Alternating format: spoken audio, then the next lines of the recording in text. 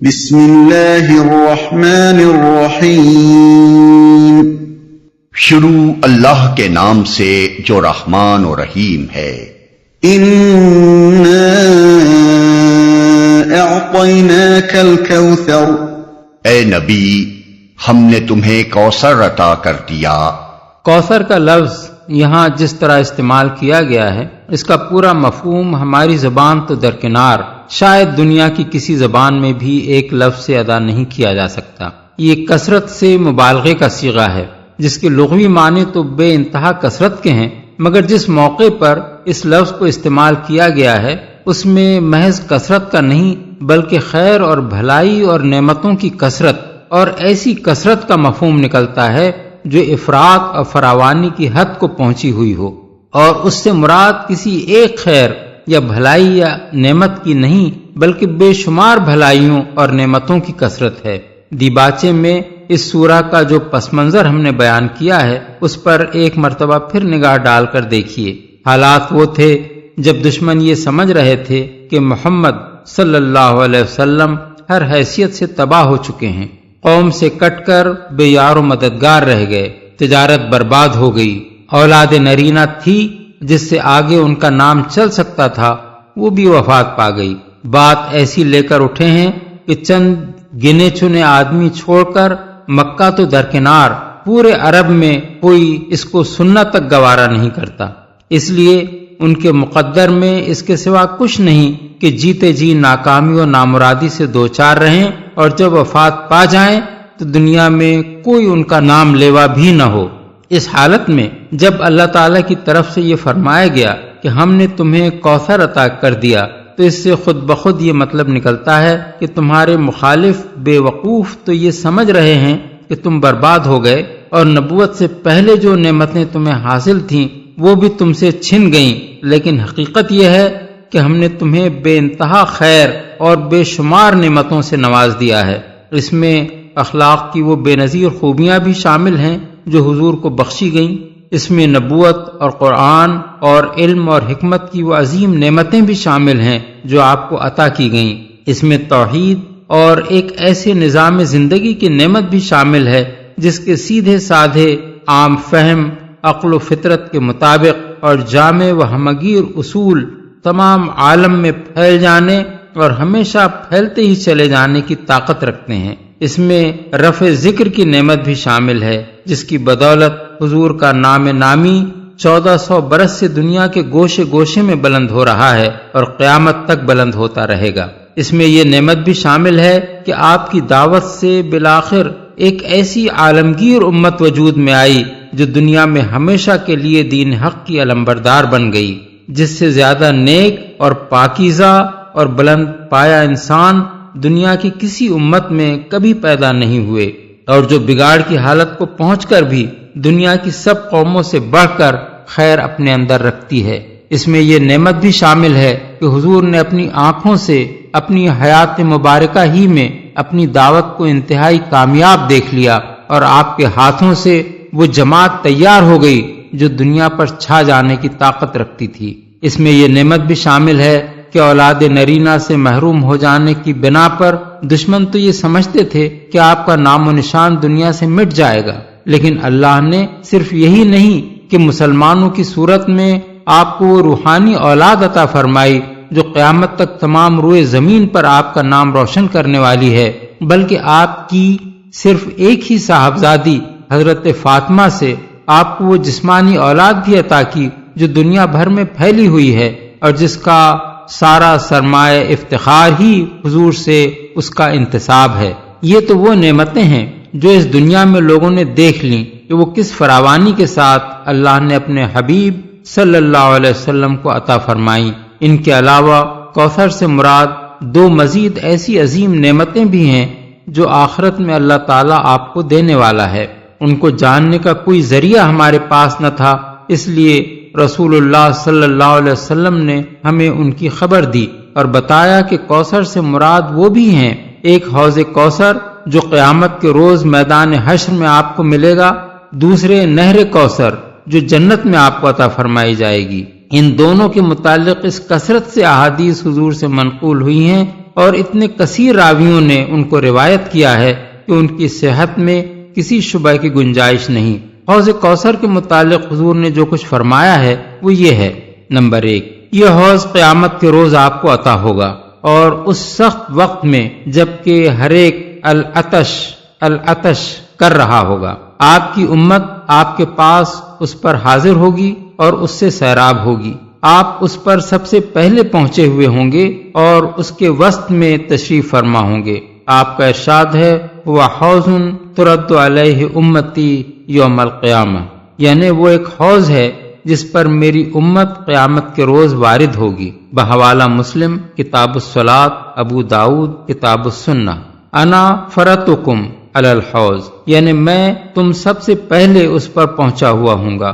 بحوالہ بخاری، کتاب الرقاق اور کتاب الفتن، مسلم، کتاب الفضائل اور کتاب الطہارہ، ابن ماجہ، کتاب المناسک اور کتاب الزہد، مسند احمد، مرویات عبداللہ بن مسعود، عبداللہ بن عباس و ابو ہریرہ۔ انی فرط لکم وانا شہید علیکم وانی واللہ لانظر الی حوضی الآن، یعنی میں تم سے آگے پہنچنے والا ہوں اور تم پر گواہی دوں گا، اور خدا کی قسم میں اپنے حوض کو اس وقت دیکھ رہا ہوں۔ بحوالہ بخاری، کتاب الجنائز، کتاب المغازی، کتاب الرقاق۔ انصار کو مخاطب کرتے ہوئے ایک موقع پر آپ نے فرمایا: انکم ستلقون بعدی اثرتن فاصبروا حتی تلقونی علی الحوض، یعنی میرے بعد تم کو خود غرضیوں اور اقربا نوازیوں سے پالا پڑے گا، اس پر صبر کرنا یہاں تک کہ مجھ سے آ کر حوض پر ملو۔ بحوالہ بخاری، کتاب مناقب الانصار و کتاب المغازی، مسلم، کتاب الامارہ، ترمذی، کتاب الفتن۔ انا یوم القیامت عند عقر الحوض، یعنی میں قیامت کے روز حوض کے وسط کے پاس ہوں گا۔ بحوالہ مسلم، کتاب الفضائل۔ حضرت ابو برزہ اسلمی سے پوچھا گیا کہ کیا آپ نے حوض کے متعلق رسول اللہ صلی اللہ علیہ وسلم سے کچھ سنا ہے؟ انہوں نے کہا: 1 نہیں، 2 نہیں، 3 نہیں، 4 نہیں، 5 نہیں، بار بار سنا ہے۔ جو اس کو جھٹلائے اللہ اسے اس کا پانی پینا نصیب نہ کرے۔ بحوالہ ابو داؤد، کتاب السنہ۔ عبید اللہ بن زیاد حوض کے بارے میں روایات کو جھوٹ سمجھتا تھا، حتیٰ کہ اس نے حضرت ابو برزہ اسلمی، برا بن عازب اور عائز بن عمر کی سب روایات کو جھٹلا دیا۔ آخر کار ابو صبرہ ایک تحریر نکال کر لائے جو انہوں نے حضرت عبداللہ بن عمر بن عاص سے سن کر نقل کی تھی، اور اس میں حضور کا یہ ارشاد درج تھا کہ الا ان موعدکم حوضی، یعنی خبردار رہو، میری اور تمہاری ملاقات کی جگہ میرا حوض ہے۔ بروایت مسند احمد، مرویات عبداللہ بن عمر بن عاص۔ نمبر 2، اس حوض کی وسعت مختلف روایات میں مختلف بیان کی گئی ہے، مگر کثیر روایات میں یہ ہے کہ وہ ایلا، یعنی اسرائیل کے موجودہ بندرگاہ ایلات سے یمن کے صنعا تک، یا ایلا سے عدن تک، یا عمان سے عدن تک طویل ہوگا، اور اس کی چوڑائی اتنی ہوگی جتنا ایلا سے حجفہ یعنی جدہ اور رابغ کے درمیان ایک مقام تک کا فاصلہ ہے۔ بروایت بخاری، کتاب الرقاق، ابو داؤد الطیالسی، حدیث نمبر 995، مسند احمد، مرویات ابو بکر صدیق و عبداللہ بن عمر، مسلم، کتاب الطہارہ و کتاب الفضائل، ترمذی، ابواب صفت القیامہ، ابن ماجہ، کتاب الزہد۔ اس سے گمان ہوتا ہے کہ قیامت کے روز موجودہ بحر احمر ہی کو حوض کوثر میں تبدیل کر دیا جائے گا، واللہ عالم بالصواب۔ نمبر 3، اس حوض کے متعلق حضور نے بتایا ہے کہ اس میں جنت کی نہر کوثر، جس کا ذکر آگے آ رہا ہے، سے پانی لا کر ڈالا جائے گا۔ یشخب فیہ مزابان من الجنہ، اور دوسری روایت میں ہے کہ یخت فیہ مزابان یمدانہ من الجنہ، یعنی اس میں جنت سے 2 نالیاں لا کر ڈالی جائیں گی جو اسے پانی بہم پہنچائیں گی۔ بحوالہ مسلم، کتاب الفضائل۔ ایک اور روایت میں یفتح نہر من الکوثر الی الحوض، یعنی جنت کی نہر کوثر سے ایک نہر اس حوض کی طرف کھول دی جائے گی۔ بروایت مسند احمد، مرویات عبداللہ بن مسعود۔ نمبر 4، اس کی کیفیت حضور نے یہ بیان فرمائی ہے کہ اس کا پانی دودھ سے، اور بعض روایات میں ہے کہ چاندی سے، اور بعض میں برف سے زیادہ سفید، برف سے زیادہ ٹھنڈا، شہد سے زیادہ میٹھا ہوگا، اس کی تہ کی مٹی مشک سے زیادہ خوشبودار ہوگی، اس پر اتنے کوزے رکھے ہوں گے جتنے آسمان میں تارے ہیں، جو اس کا پانی پی لے گا اسے پھر کبھی پیاس نہ لگے گی، اور جو اس سے محروم رہ گیا وہ پھر کبھی سیراب نہ ہوگا۔ یہ باتیں تھوڑے تھوڑے لفظی اختلافات کے ساتھ بکثرت احادیث میں منقول ہوئی ہیں، بحوالہ بخاری کتاب الرقاق، مسلم کتاب الطہارہ و کتاب الفضائل، مسند احمد مرویات ابن مسعود، ابن عمر و عبداللہ بن عمر بن العاص، ترمذی ابواب صفت القیامہ، ابن ماجہ کتاب الزہد، ابو داؤد طیالسی حدیث نمبر 995 اور 2135۔ نمبر 5، اس کے بارے میں حضور نے بار بار اپنے زمانے کے لوگوں کو خبردار کیا کہ میرے بعد تم میں سے جو لوگ بھی میرے طریقے کو بدلیں گے ان کو اس حوض سے ہٹا دیا جائے گا اور اس پر انہیں نہ آنے دیا جائے گا۔ میں کہوں گا کہ یہ تو میرے اصحاب ہیں، تو مجھ سے کہا جائے گا کہ آپ کو نہیں معلوم کہ آپ کے بعد انہوں نے کیا کیا ہے، پھر میں بھی ان کو دفع کروں گا اور کہوں گا کہ دور ہو۔ یہ مضمون بھی بکثرت روایات میں بیان ہوا ہے، بحوالہ بخاری کتاب الرقاق، کتاب الفتن، مسلم کتاب الطہارہ، کتاب الفضائل، مسند احمد مرویات ابن مسعود و ابو ہریرہ، ابن ماجہ کتاب المناسک۔ ابن ماجہ نے اس سلسلے میں جو حدیث نقل کی ہے وہ بڑے ہی دردناک الفاظ میں ہے۔ اس میں حضور فرماتے ہیں، الا و انی فرتکم علی الحوض وکاثر بکم الامم فلا تسودوا وجہی، الا و انی و مستنقذ اناس منی فقول یا رب اصحابی فیقول انک لا تدری ما احدثوا بعدک، یعنی خبردار رہو میں تم سے آگے حوض پر پہنچا ہوا ہوں گا اور تمہارے ذریعے سے دوسری امتوں کے مقابلے میں اپنی امت کی کثرت پر فخر کروں گا، اس وقت میرا منہ کالا نہ کروانا، خبردار رہو کچھ لوگوں کو میں چھڑاؤں گا اور کچھ لوگ مجھ سے چھڑائے جائیں گے۔ میں کہوں گا کہ اے پروردگار یہ تو میرے صحابی ہیں، وہ فرمائے گا تم نہیں جانتے انہوں نے تمہارے بعد کیا نرالے کام کیے ہیں۔ ابن ماجہ کی روایت ہے کہ یہ الفاظ حضور نے عرفات کے خطبے میں فرمائے تھے۔ نمبر 6، اسی طرح حضور نے اپنے دور کے بعد قیامت تک آنے والے مسلمانوں کو بھی خبردار کیا ہے کہ ان میں سے جو بھی میرے طریقے سے ہٹ کر چلیں گے اور اس میں رد و بدل کریں گے انہیں اس حوض سے ہٹا دیا جائے گا۔ میں کہوں گا کہ اے رب یہ تو میرے ہیں، میری امت کے لوگ ہیں۔ جواب ملے گا آپ کو معلوم نہیں کہ انہوں نے آپ کے بعد کیا کیا تغیرات کیے اور الٹے ہی پھرتے چلے گئے، پھر میں بھی ان کو دفع کروں گا اور حوض پر نہ آنے دوں گا۔ اس مضمون کی بہت سی روایات احادیث میں ہیں، بحوالہ بخاری کتاب المساقات، کتاب الرقاق، کتاب الفتن، مسلم کتاب الطہارہ، کتاب الصلاۃ، کتاب الفضائل، ابن ماجہ کتاب الزہد، مسند احمد مرویات ابن عباس۔ اس حوض کی روایات 50 سے زیادہ صحابہ سے مروی ہیں اور سلف نے بالعموم اس سے مراد حوض کوثر لیا ہے۔ امام بخاری نے کتاب الرقاق کے آخری باب کا عنوان ہی یہ باندھا ہے، باب فی الحوض وقول اللہ انا اعطیناک الکوثر۔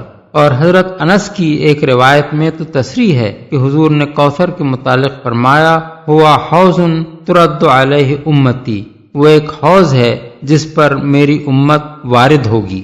جنت میں کوثر نامی جو نہر رسول اللہ صلی اللہ علیہ وسلم کو عطا کی جائے گی اس کا ذکر بھی بکثرت روایات میں آیا ہے۔ حضرت انس سے بہت سی روایات نقل ہوئی ہیں جن میں وہ فرماتے ہیں، اور بعض روایات میں صراحت ہے کہ رسول اللہ صلی اللہ علیہ وسلم کے قول کی حیثیت سے بیان کرتے ہیں کہ معراج کے موقع پر حضور کو جنت کی سیر کرائی گئی اور اس موقع پر آپ نے ایک نہر دیکھی جس کے کناروں پر اندر سے ترشے ہوئے موتیوں یا ہیروں کے قبے بنے ہوئے تھے، اس کی تہ کی مٹی مشک اصفر کی تھی۔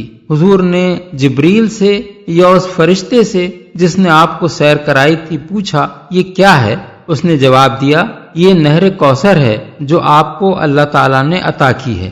بروایت مسند احمد، بخاری، مسلم، ابو داؤد، ترمذی، ابو داؤد طیالسی اور ابن جریر۔ حضرت انس ہی کی روایت ہے کہ حضور سے پوچھا گیا یا ایک شخص نے پوچھا کوثر کیا ہے؟ آپ نے فرمایا ایک نہر ہے جو اللہ تعالیٰ نے مجھے جنت میں عطا کی ہے، اس کی مٹی مشک ہے، اس کا پانی دودھ سے زیادہ سفید اور شہد سے زیادہ میٹھا ہے۔ بروایت مسند احمد، ترمذی، ابن جریر۔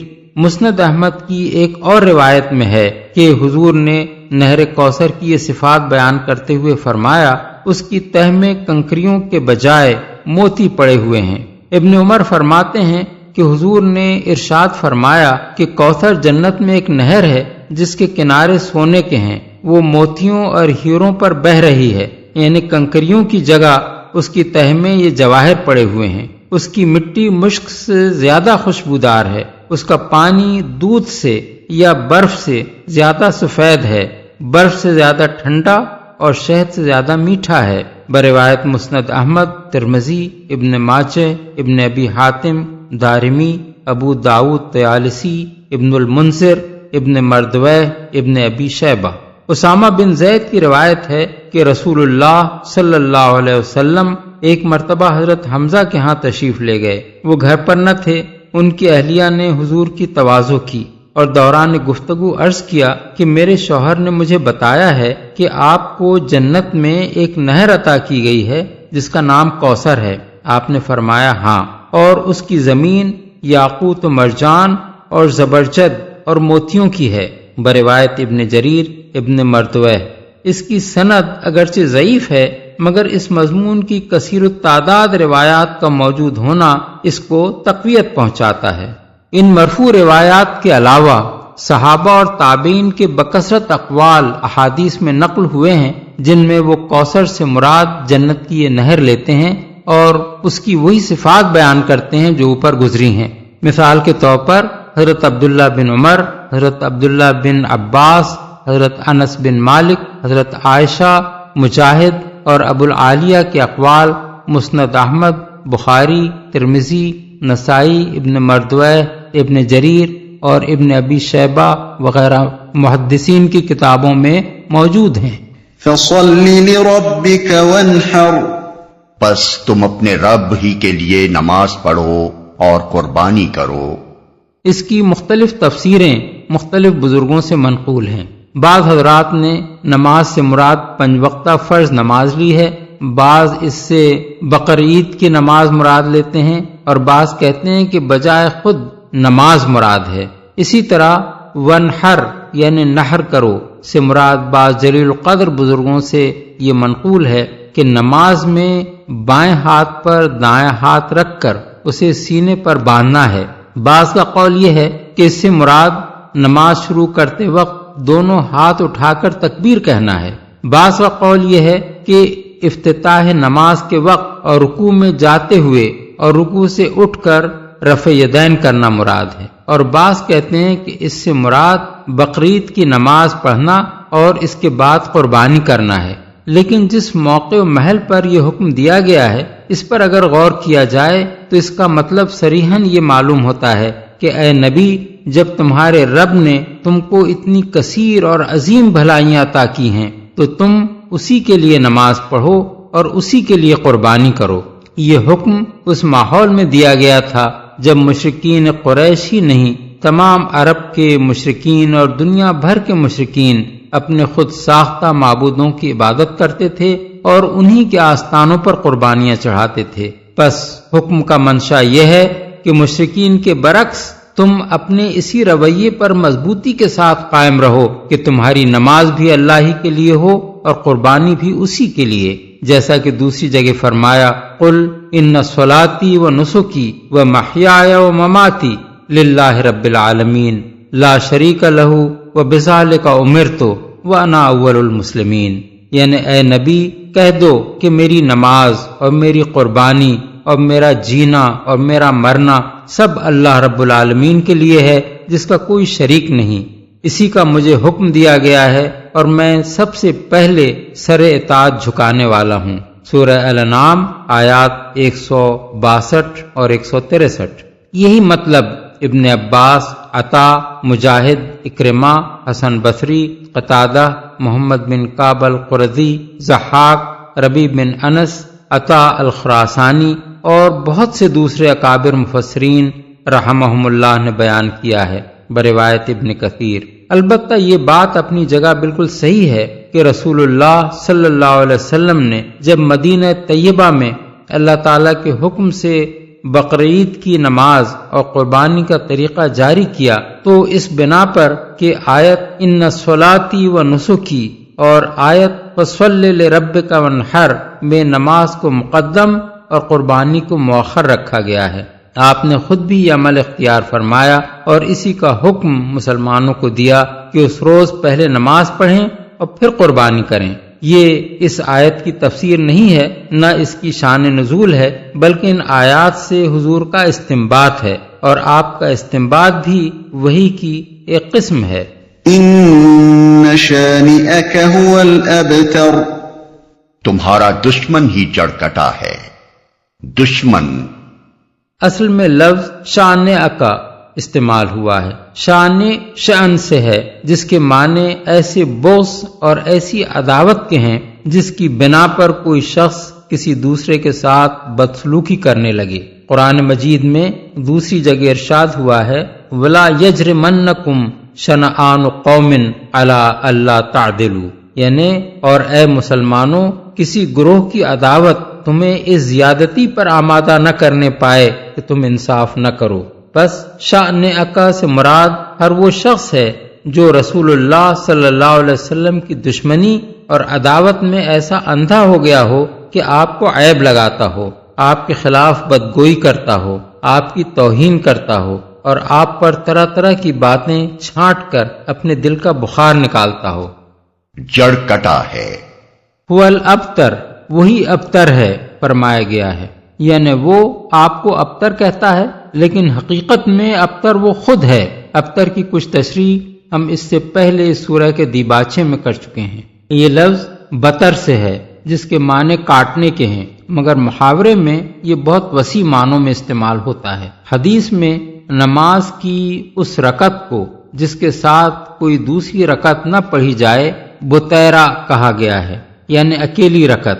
ایک اور حدیث میں ہے کل امر ذی بال لا یبدأ فیہ بحمد اللہ فہو ابتر، یعنی ہر وہ کام جو کوئی اہمیت رکھتا ہو اللہ کی حمد کے بغیر شروع کیا جائے تو وہ ابتر ہے، یعنی اس کی جڑ کٹی ہوئی ہے، اسے کوئی استحکام نصیب نہیں ہے یا اس کا انجام اچھا نہیں ہے۔ نامراد آدمی کو بھی ابتر کہتے ہیں۔ ذرائع و وسائل سے محروم ہو جانے والا بھی ابتر کہلاتا ہے۔ جس شخص کے لیے کسی خیر اور بھلائی کی توقع باقی نہ رہی ہو اور جس کی کامیابی کی سب امیدیں منقطع ہو گئی ہوں وہ بھی ابتر ہے۔ جو آدمی اپنے کنبے، برادری اور اعوان و انصار سے کٹ کر اکیلا رہ گیا ہو وہ بھی ابتر ہے۔ جس آدمی کی کوئی اولاد نرینہ نہ ہو یا مر گئی ہو اس کے لیے بھی ابتر کا لفظ بولا جاتا ہے، کیونکہ اس کے پیچھے اس کا کوئی نام لیوا باقی نہیں رہتا اور مرنے کے بعد وہ بے نام و نشان ہو جاتا ہے۔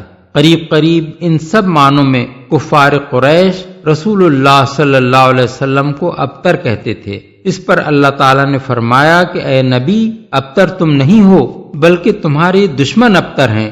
یہ محض کوئی جوابی حملہ نہ تھا بلکہ در حقیقت یہ قرآن کی بڑی اہم پیشین گوئیوں میں سے ایک پیشین گوئی تھی جو حرف بحرف صحیح ثابت ہوئی۔ جس وقت یہ پیشین گوئی کی گئی تھی اس وقت لوگ حضور ہی کو ابتر سمجھ رہے تھے اور کوئی تصور بھی نہ کر سکتا تھا کہ قریش کے یہ بڑے بڑے سردار کیسے ابتر ہو جائیں گے جو نہ صرف مکہ میں بلکہ پورے ملک عرب میں نامور تھے، کامیاب تھے، مال و دولت اور اولاد ہی کی نعمتیں نہیں رکھتے تھے بلکہ سارے ملک میں جگہ جگہ ان کے اعوان و انصار موجود تھے۔ تجارت کے اجارہ دار اور حج کے منتظم ہونے کی وجہ سے تمام قبائل عرب سے ان کے وسیع تعلقات تھے، لیکن چند سال نہ گزرے تھے کہ حالات بالکل پلٹ گئے۔ یا تو وہ وقت تھا کہ غزوہ احزاب سن 5 ہجری کے موقع پر قریش بہت سے عرب اور یہودی قبائل کو لے کر مدینے پہ چڑھ آئے تھے، اور حضور کو محصور ہو کر شہر کے گرد خندق کھود کر مدافعت کرنی پڑی تھی۔ یا 3 ہی سال بعد وہ وقت آیا کہ سن 8 ہجری میں جب آپ نے مکے پر چڑھائی کی تو قریش کا کوئی حامی و مددگار نہ تھا اور انہیں بے بسی کے ساتھ ہتھیار ڈال دینے پڑے۔ اس کے بعد 1 سال کے اندر پورا ملک عرب حضور کے ہاتھ میں تھا۔ ملک کے گوشے گوشے سے قبائل کے وفود آ کر بیعت کر رہے تھے اور آپ کے دشمن بالکل بے بس اور بے یار و مددگار ہو کر رہ گئے تھے۔ پھر وہ ایسے بے نام و نشان ہوئے کہ ان کی اولاد اگر دنیا میں باقی رہی بھی تو ان میں سے آج کوئی یہ نہیں جانتا کہ وہ ابو جہل یا ابو لہب یا عاص بن وائل یا عقبہ بن ابی معیط وغیرہ اعداء اسلام کی اولاد میں سے ہے، اور جانتا بھی ہو تو کوئی یہ کہنے کے لیے تیار نہیں ہے کہ اس کے اسلاف یہ لوگ تھے۔ اس کے برعکس رسول اللہ صلی اللہ علیہ وسلم کی آل پر آج دنیا بھر میں درود بھیجا جا رہا ہے۔ کروڑوں مسلمانوں کو آپ سے نسبت پر فخر ہے۔ لاکھوں انسان آپ ہی سے نہیں بلکہ آپ کے خاندان اور آپ کے ساتھیوں کے خاندانوں تک سے انتساب کو باعث عز و شرف سمجھتے ہیں۔ کوئی سید ہے، کوئی علوی ہے، کوئی عباسی ہے، کوئی ہاشمی ہے، کوئی صدیقی ہے، کوئی فاروقی، کوئی عثمانی، کوئی زبیری اور کوئی انصاری، مگر نام کو بھی کوئی ابو جہلی یا ابو لہبی نہیں پایا جاتا۔ تاریخ نے ثابت کر دیا کہ ابتر حضور نہیں بلکہ آپ کے دشمن ہی تھے اور ہیں۔